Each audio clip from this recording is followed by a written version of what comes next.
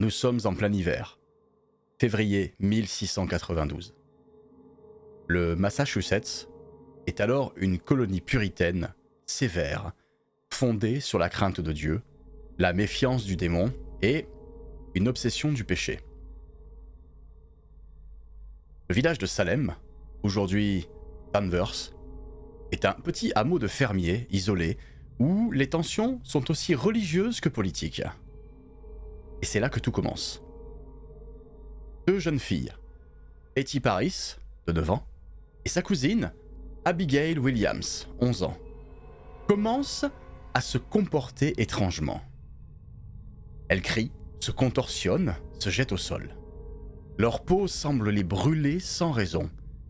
Elles se cachent sous les meubles, elles hurlent et prièrent, puis rient comme possédées. Le père de Betty, le révérend Samuel Paris, est le pasteur du village. Il consulte d'abord un médecin local, le docteur William Griggs, qui, ne trouvant aucune explication physique, finit par conclure « Les enfants sont possédés ». Un diagnostic terrible, dans cette société où la sorcellerie est encore punie de mort. Rapidement, d'autres enfants présentent les mêmes symptômes. Anne Putman Jr., Mercy Lewis, Elizabeth Bard, Mary Walcott, des adolescentes, des jeunes filles. Elles parlent d'un homme en noir, voient des spectres, dénoncent des figures, et bientôt 3 noms sont prononcés. Tituba, la servante du foyer Paris, originaire des Caraïbes, Sarah Good, une mendiante aux mœurs jugées un peu dissolues, et Sarah Osborne, une femme âgée, malade et en conflit avec l'Église. Ces 3 femmes sont arrêtées, puis interrogées. Et devant les juges, sous la pression, Tituba avoue. Elle dit avoir vu le diable, avoir volé dans les airs, avoir signé un livre avec d'autres femmes du village. Elle parle de sorcellerie, de pacte, de forme animale.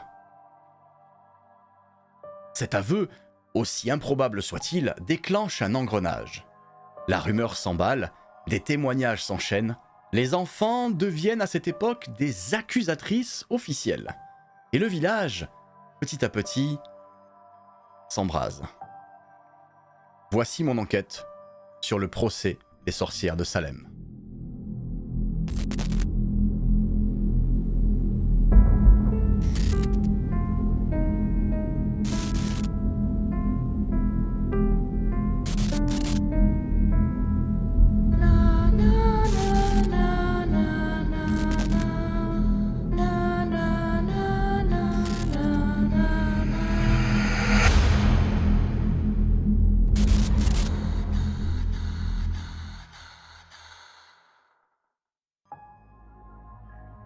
Et on va commencer tout de suite par le cas de Tituba, celle par qui la peur est entrée au départ. Un nom qui traverse les siècles, souvent réduit à une caricature, mais derrière ce nom, une figure complexe. Et peut-être la première victime d'un système prêt à tout brûler pour se purifier. Tituba est une esclave d'origine amérindienne ou afro-caribéenne. Les sources divergent, je vais donc parler des 2 possibilités. Elle a été achetée à la Barbade par Samuel Paris, pasteur rigide, autoritaire, qui l'emmène dans sa maison de Salem Village. C'est là qu'elle s'occupe de Betty, sa fille, et d'Abigail, sa nièce. On raconte qu'elle aurait raconté des histoires lues dans des coquilles d'œufs ou dans des verres d'eau. Une forme de divination populaire pratiquée à l'époque dans les Caraïbes, le Vénéficium. Des jeux interdits par l'église puritaine, bien évidemment. Mais pour 2 jeunes filles curieuses, dans un village austère et figé, c'était une fenêtre sur un ailleurs. Lorsque les premières crises éclatent, Tituba est la première à être désignée. Pas parce qu'elle a été vue pratiquer la sorcellerie, mais parce qu'elle est étrangère, femme et esclave. Et surtout, porteuse d'un imaginaire que les puritains redoutent autant qu'ils fantasment. Arrêtée avec Sarah Good et Sarah Osborne, elle est interrogée brutalement pendant plusieurs jours. Les 2 autres femmes nient tout, mais Tituba, elle, parle. Et ce qu'elle raconte va marquer l'histoire. Elle décrit un grand homme en noir, un livre qu'on lui a demandé de signer, un cochon, un chien, un oiseau aux yeux rouges. Elle dit avoir été forcée à servir le diable et à voir d'autres femmes faire de même. Ses propos sont incohérents, fragmentés, mais dans un tribunal où l'on croit que le diable agit dans les détails, chaque mot devient preuve.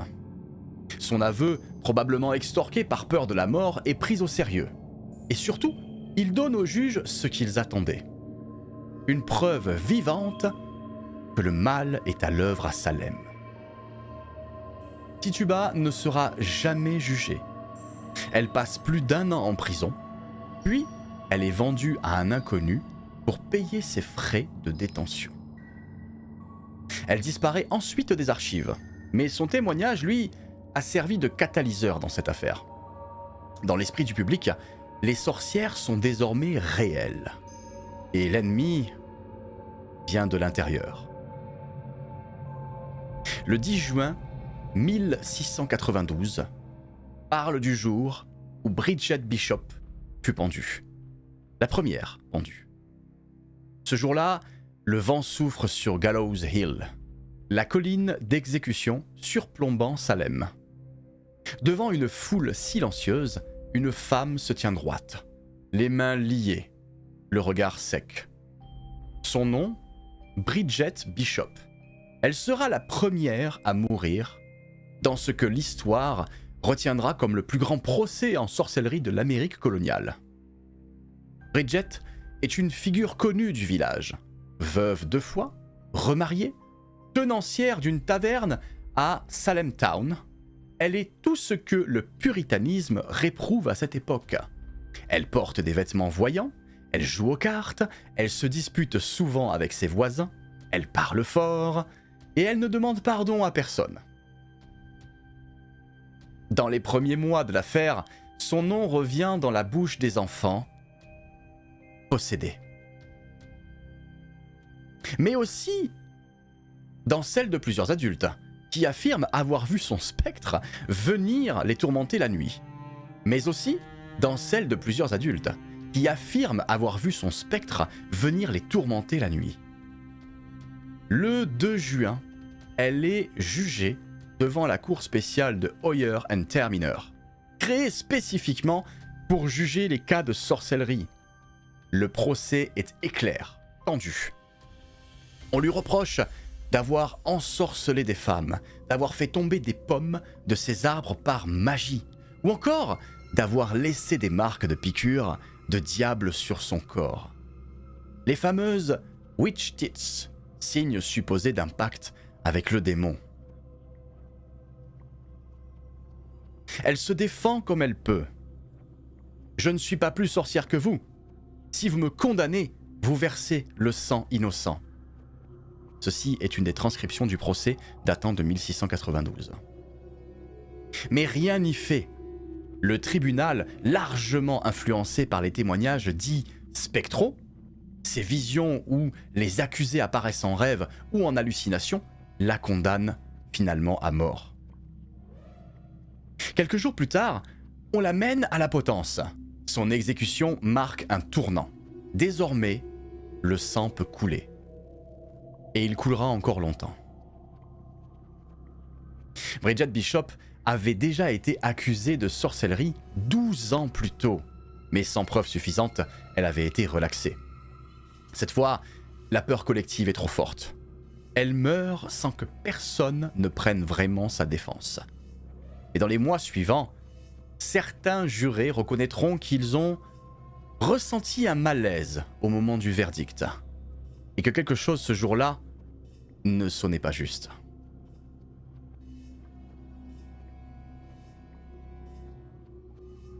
Et quand on parle de bruit, bien sûr, on peut aussi parler de silence.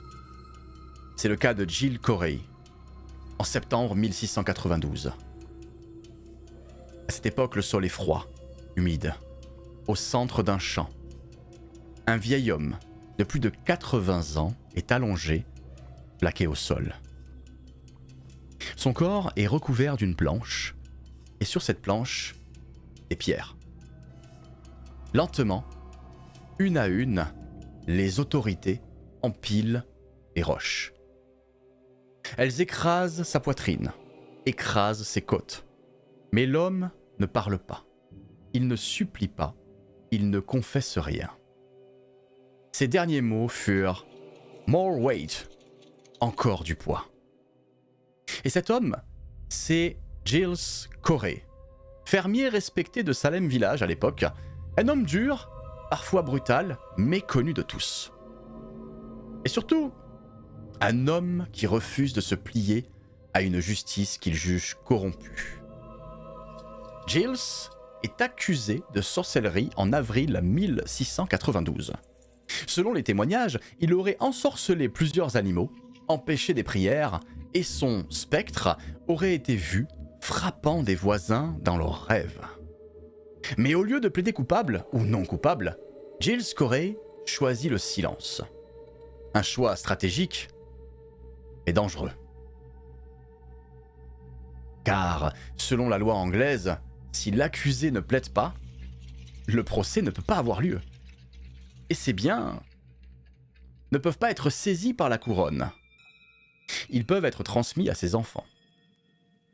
Les juges, frustrés, appliquent une ancienne procédure légale. Le peine forte et dure. C'est une forme de torture destinée à forcer un accusé muet à plaider. On l'étend sur le dos, on place une planche sur sa poitrine et on empile des poids jusqu'à ce que mort s'ensuive ou que l'accusé parle. Giles Corey tiendra plus de 2 jours, sans cri, sans plainte, simplement ces mots répétés. More weight. Il meurt le 19 septembre 1692. Quelques jours plus tard, sa femme, Martha Corey, également accusée de sorcellerie, sera pendue. Elle avait été dénoncée, en partie à cause de ses prises de position contre le procès. La mort de Giles Corey marquera profondément les esprits. Son courage deviendra un symbole, et sa résistance silencieuse, un acte de défi inoubliable contre l'absurdité judiciaire. Encore aujourd'hui, une rumeur locale dit qu'avant chaque tragédie à Salem, le fantôme de Giles Corey apparaît dans l'ancien cimetière, regard noir, manteau poussiéreux, comme un dernier avertissement, comme un rappel que la peur, quand elle écrase la justice, finit toujours par écraser l'humain. Et dans ces histoires, ces témoignages, j'ai cherché à comprendre comment, entre psychose collective et mythe vivant, la situation s'est produite. À cette époque, c'était déjà une société au bord de la rupture. Il y avait des guerres, des famines, des peurs religieuses. En 1692, à Salem, ce n'est pas un village paisible. C'est une colonie jeune, violente et fracturée. Quelques mois avant les premières accusations, la région vit une succession de tensions invisibles mais profondes. Des attaques sanglantes de tribus amérindiennes au nord, notamment pendant la King William's War. Des familles de réfugiés venant du Maine, fuyant la guerre, s'installant à Salem, et apportent avec elles des récits de massacres, de traumatismes et de ressentiments. Une crise économique. Les récoltes ont été mauvaises, les taxes coloniales pèsent, et les conflits de propriété s'accumulent. Et surtout, une guerre souterraine, religieuse, entre le village de Salem, qui a un aspect rural puritain et strict, et Salem Town, une ville portuaire plus libérale. Le climat est donc propice à la peur. Une peur qui cherche un coupable. Et dans un contexte puritain, ce coupable prend vite un visage, celui de la femme, de l'étranger ou du possédé. Les historiens comme Emerson W. Baker ou Mary Beth Norton insistent sur un point souvent oublié. Les accusateurs n'était pas fou. Il vivait simplement dans un monde où l'invisible était une réalité concrète. Le diable n'est pas une métaphore. C'est un ennemi réel, tangible. Et les sorciers, ces soldats infiltrés. Dans certaines lectures spirituelles, un événement comme Salem peut être vu comme un égrégore collectif. Une forme pensée puissante, nourrie par la peur, la foi et les non-dits. Une société entière peut ainsi basculer dans une psychose mimétique où chaque acte alimente la présence d'un mal invisible. Ce n'est plus une entité extérieure qui menace. C'est une projection amplifiée de l'ombre collective, pour reprendre les termes de Carl Jung. Et si Salem avait été un miroir brûlant, révélant ce que la société voulait refouler? Le doute, le désir, l'indépendance, la féminité libre, la mémoire des traumas. En faisant mes recherches, je suis tombé sur un point assez important qui méritait d'être soulevé. Parmi les 20 personnes exécutées dans les procès de Salem, 19 étaient des femmes. Et je me suis posé cette question. Pourquoi accuse-t-on toujours les mêmes? Et si on élargit la liste des accusés, une constante se dessine. Ce sont toujours des figures hors normes, celles qui dérangent l'ordre établi, celles qu'on ne peut pas contrôler. Bridget Bishop tenait une taverne et portait des vêtements colorés. Sarah Good mendiait, insultait les notables, errait sans mari ni toit. Martha Corey lisait, critiquait ouvertement l'Église et refusait les accusations. Même Tituba, étrangère, incarne l'archétype du corps autre, porteur de magie suspecte. Et ce n'est pas un hasard. Les historiennes comme Carol Carlsen ou encore Elizabeth Reis le montrent clairement. Le procès des sorcières de Salem est aussi un procès de la féminité non soumise. Dans une société patriarcale, religieuse, puritaine, une femme libre est une femme suspecte. Et toute parole trop assurée devient une menace. Le procès permet alors de remettre au pas ces figures féminines hors cadre, sous couvert d'un rituel de purification. Plus encore, on note à cette époque que certaines accusatrices sont elles-mêmes des adolescentes issues de familles rigides. Leur corps change, leur voix cherche à s'affirmer. Et le langage de la possession devient peut-être le seul espace où elles peuvent s'exprimer sans sanction. Dans certaines traditions ésotériques, la sorcière n'est pas une criminelle, mais une femme médecine.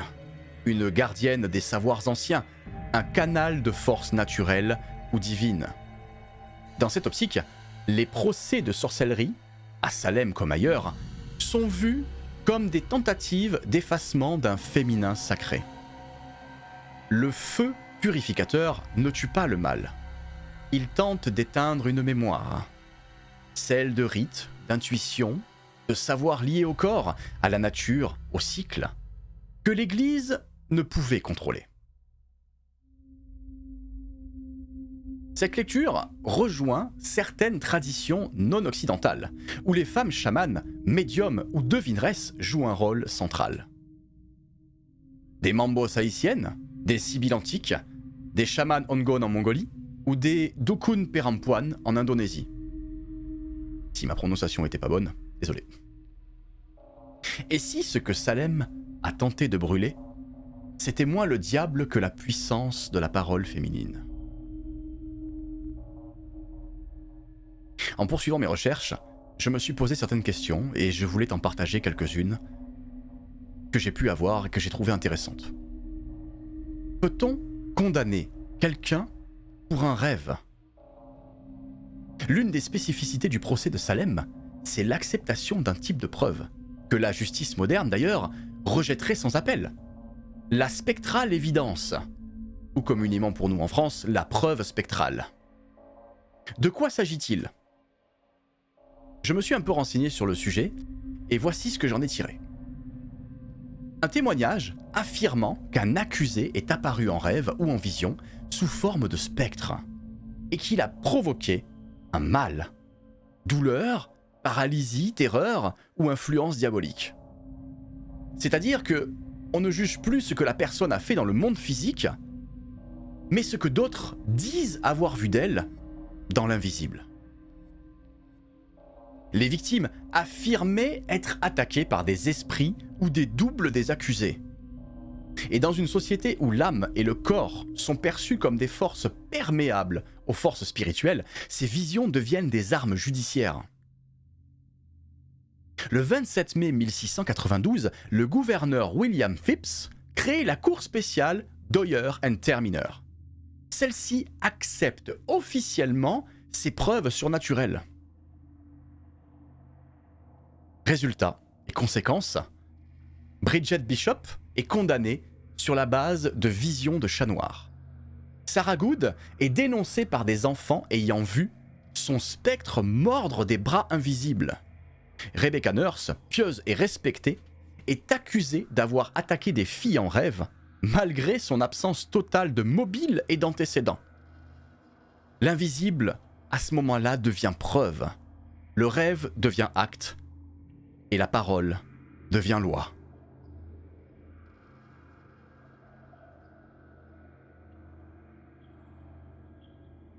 Ce glissement est dramatique. Il transforme à cette époque la justice en théâtre. Et chaque émotion, chaque larmement, chaque convulsion d'enfant devient une pièce à conviction. Dans certaines traditions chamaniques, le rêve est un espace réel, ce n'est pas une illusion. C'est un plan subtil où se croisent énergie, âme et intention. De nombreux peuples voient les attaques en rêve comme des agressions psychiques véritables. Rêve de mort chez les Navarros, embuscade nocturne chez les Dogons du Mali, possession par l'esprit des ancêtres en Asie du Sud-Est.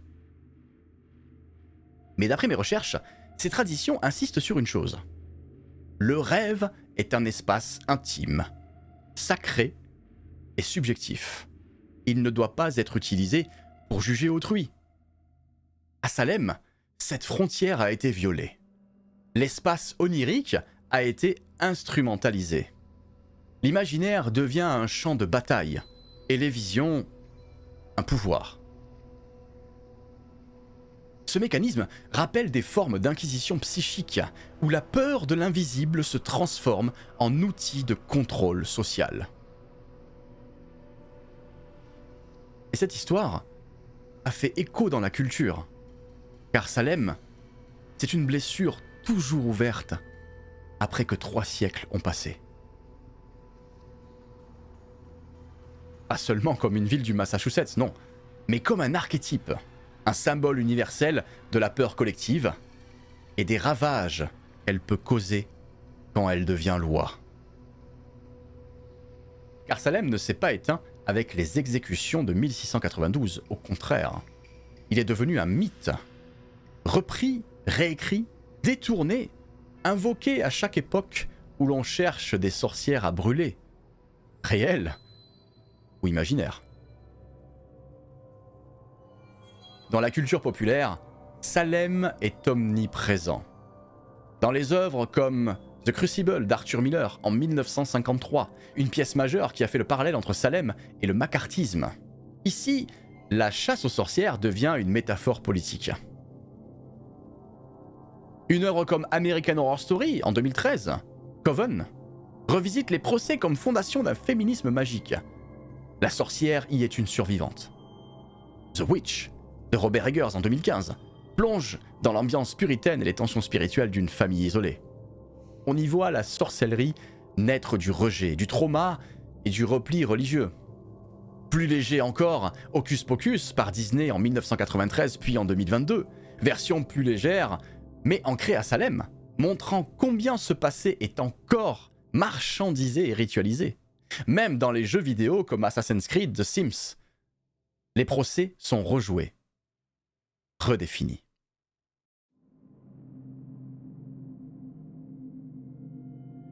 Dans la mémoire collective, Salem agit comme un avertissement symbolique. Là où il y a la peur de l'autre, le besoin de purification morale, la confusion entre justice et foi, Salem n'est jamais loin. Ce procès devient un miroir, un révélateur de nos instincts de contrôle, de punition, de rejet. Et dans certaines traditions spirituelles, on parle d'égrégores, des mémoires collectives puissantes capables d'influencer une époque, un lieu et un peuple. Et Salem, pour beaucoup, est encore chargé. Chaque année, la ville accueille des milliers de visiteurs. On y fait du tourisme macabre, mais aussi du pèlerinage. Certains viennent s'y purifier, d'autres pour honorer les victimes, d'autres encore pour pratiquer la sorcellerie moderne dans ce lieu où elle fut persécutée. La boucle est complète finalement. Salem, jadis symbole de répression, est devenu un sanctuaire de réappropriation.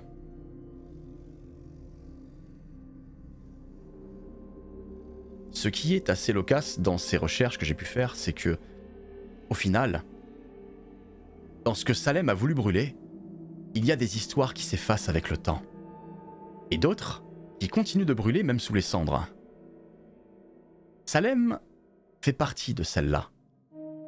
Ce n'est pas seulement un procès, c'est une fracture, une faille dans notre mémoire collective, un moment où la peur a pris le pas sur la justice, où des soupçons ont suffi à envoyer des femmes et des hommes à la potence ou sous les pierres. Et ce qui trouble, ce n'est pas seulement la violence des actes, c'est leur justification, la certitude des juges, la ferveur des accusateurs, le silence complice, et parfois même la foi sincère que tout cela était nécessaire. Il n'y a pas eu de monstres à Salem. Il n'y a eu que des humains perdus entre foi et doute, entre pouvoir et peur, entre ce qu'ils croyaient voir et ce qu'ils ne voulaient pas entendre. Salem, c'est le lieu où l'invisible a été convoqué pour juger les vivants, mais surtout le lieu où la projection est devenue condamnation. On y a puni des femmes pour avoir parlé trop fort, des vieillards pour avoir refusé de plier, des étrangères pour avoir prié autrement. Et peut-être, dans chaque procès, ce qu'on cherchait à faire disparaître, ce n'était pas la sorcellerie, c'était la différence. Aujourd'hui encore, le nom de Salem fait frissonner. Mais il ne s'agit plus de croire aux sorcières. Il s'agit de ne jamais oublier ce que le mot sorcière a permis de justifier. Car chaque époque a ses peurs, chaque société ses sacrifices. Et parfois, le démon n'est pas celui qu'on montre du doigt, mais celui qu'on construit collectivement. Alors non, cet épisode n'a pas vocation à trancher, et il mériterait peut-être même une deuxième partie pour continuer sur l'aspect de l'histoire juridique et ce qui s'est passé par la suite dans le monde. Il n'est pas là pour dire si la magie existe, si les visions étaient vraies ou si des forces obscures ont vraiment agi. Ceci est tout à votre discrétion, et je vous laisse d'ailleurs me dire en commentaire ce que vous pensez de cette histoire. Mais il rappellera une chose essentielle.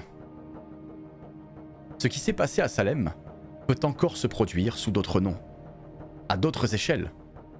Et c'est pour cela qu'il faut écouter, relier, comprendre. Et ne plus confondre l'ombre avec l'ennemi. Sauf si l'ombre est réelle et qu'elle est après vous.